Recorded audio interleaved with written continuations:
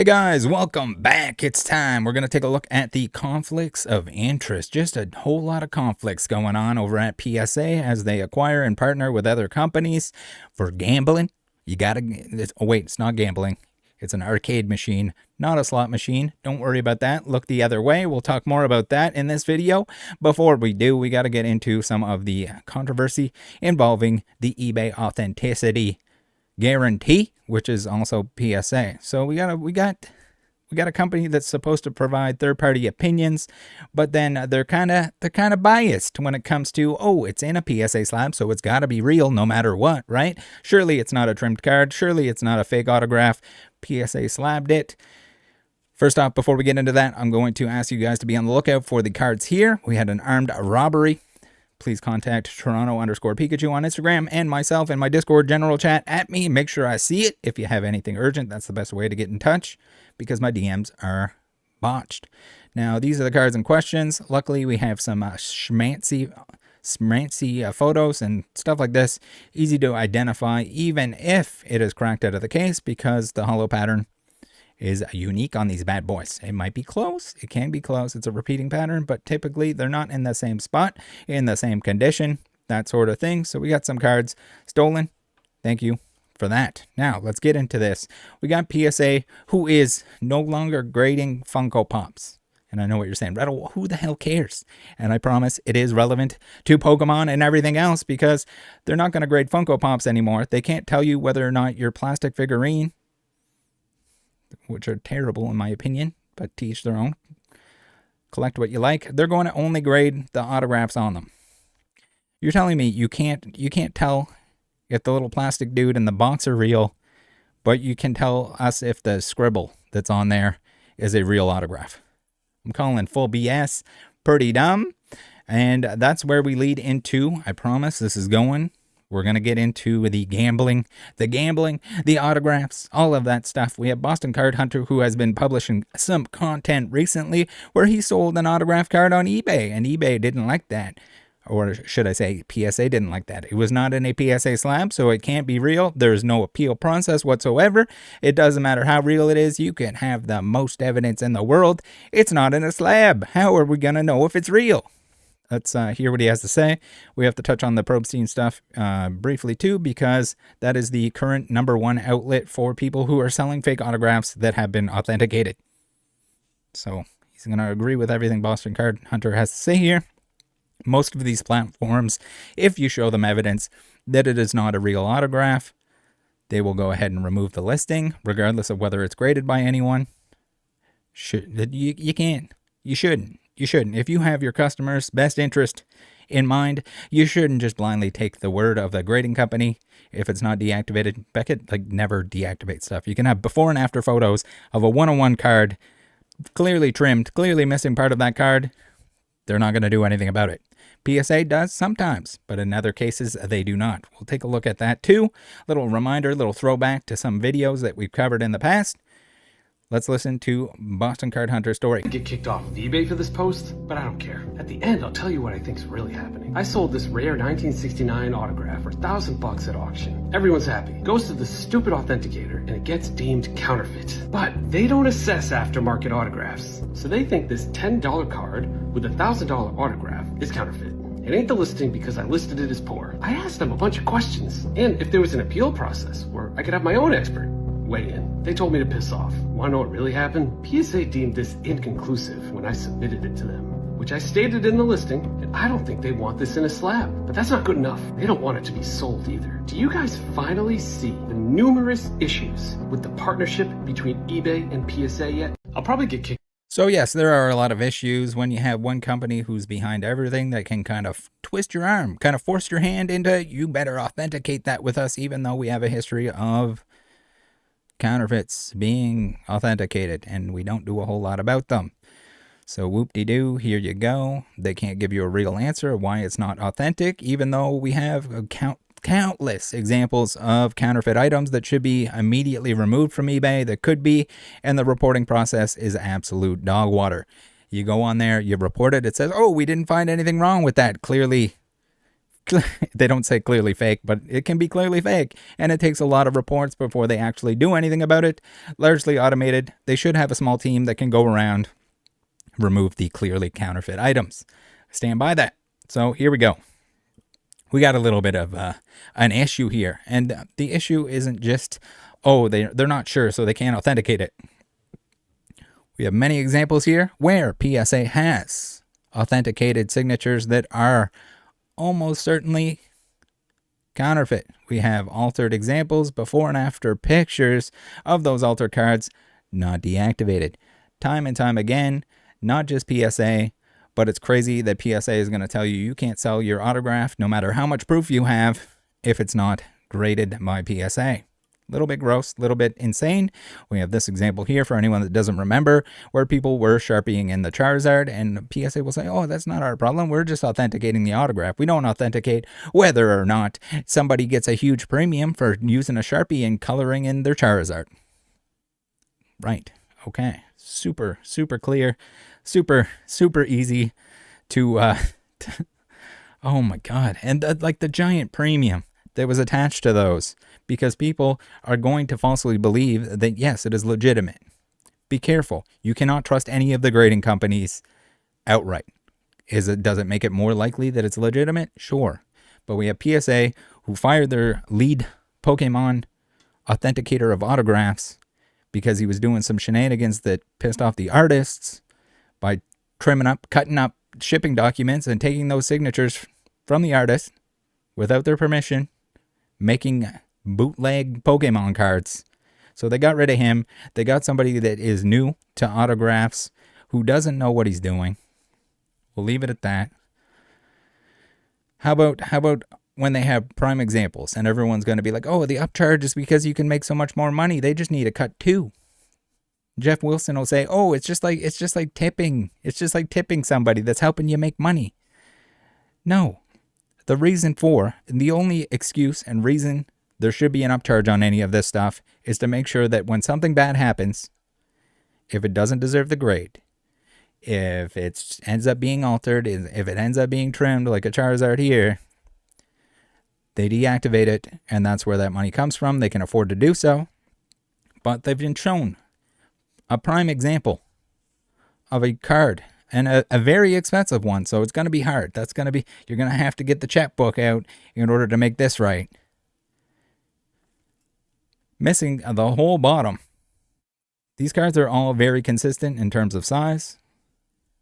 Missing the bottom of the card. Trimmed off. Absolutely unreal. Not only that, but we were able to track down the individuals involved. People with a long track record. Based on the photos, the other items in that submission, we can go trace it back to 2 sports card trimmers who decided to get choppy with a Charizard. Did they do anything about it? Absolutely not. Reminder, these companies do not have your best interest in mind, so you need to be careful. You cannot blindly trust any of them. This is not like I got to grade with something other than PSA. Be mindful. Be informed on anything that you're purchasing. Know how to spot the bad stuff. There are bad people, and sadly, sometimes the grading companies, I don't think I've seen a grading company yet that hasn't worked, any sizable one that hasn't worked with scammers, fraudsters of some kind. So, Sports Card Radio was on the lookout. They called this sports card scammer out in advance. Crazy, right? All right, let's take a look at what Auburn35 is tagging me on. Asking me if it's a story I'm familiar with. I didn't know that there was an update, so thank you, Auburn, for that. Follow Auburn35 and Liz on X. You should be, if you want to stay informed about the bad stuff that's going on. So we got the eBay CEO, Jamie Lanoni.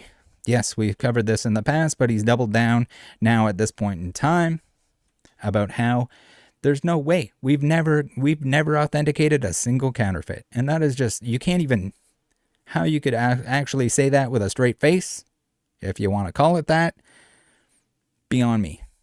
Mistakes are going to happen, and where I'm going to come in to blow it up is when you make false claims and when you don't do the right thing. We've seen it many times. PSA has shown that they're not willing to do the right thing. They're going to do what's in their financial best interest. And people are just gonna, it's worth more money. It's what I gotta do. So he doubles down on the we've never, to my knowledge, let anything pass through, and you don't have to look far. Yes, stuff is going to slip through. There's nothing wrong with admitting that. Saying that you catch most of it is good enough. It's better than nothing. But when you're forcing people's hands to grade with a certain company because they're in bed, keeps happening. It's a constant thing. We got a blatantly fake card authenticated by them. All right, let's get into the gambling stuff. This probably should have been its own video, but in terms of the PSA, the mystery slabs, the vending machines that aren't vending machines, they're video lottery terminals, VLTs. They're slot machines more than they are vending machines, more than they are arcade cabinets, no matter what the graphics want to depict. So we had this little Justin Rump here, who had a PSA vending machine, showed up in Vegas. People were like, oh my God, PSA has vending machines now. PSA said that they had nothing to do with it, that they did not give permission to have their branding on the machine like that. So the branding changed. It was very discreet. Down below, it's a not PSA down on the bottom sides of the cabinet. Crazy, crazy stuff. So, of course, the person involved has a history of scamming with mystery packs. Who would have thought? I'm not going to go into full detail here, but we also have card altering. And this is someone that PSA dismissed as a vendor, client, customer. This person should not be a customer of yours. If you're trying to look out whether they're making a PSA vending machine or not, if you're trying to look out for the best interest of your customers to make sure no one's getting scammed, and you can't prevent it all. But when someone has a history of scamming, what is going on here? It had all the same branding. So it was weird. It was suspiciously, it looked like PSA gave it the green light and then kind of backed down on it, backed out. Like, oh, you got to change it. You got to make it different. But the moral of the story is they should not have been providing grading services directly to this individual. That's my opinion. Form your own. Do what you got to do. We saw the power. So light at the end of the Pokemon card boom. The amount of gambling that's involved with everything these days is pretty disgusting. But even worse, like the grading company, or did you approve this PSA? This? The arcade machine, gambling, slot machine? Digital packs, physical cards. It's a scam. In my opinion, again, you might not call it a scam, but it's pretty dang gross. And then we had people in that video who pointed out, oh yeah, but the average value that you're getting out of it is $1,000. So it's not even really gambling. I think the asterisk needs to be here on the $1,000, because if you're only buying it back for 90%, which is kind of advertised everywhere, but then when you go to sell it back to them, it's also a 6% selling fee. So if they put a bunch of trash in there, which you can't see because it's not, they only show you the good stuff. They wouldn't want to show everything else that's, prone to criticism, like values on a card. Like this one here, a PSA 4 001 Pikachu. Japanese. How in the hell does that even end up in there?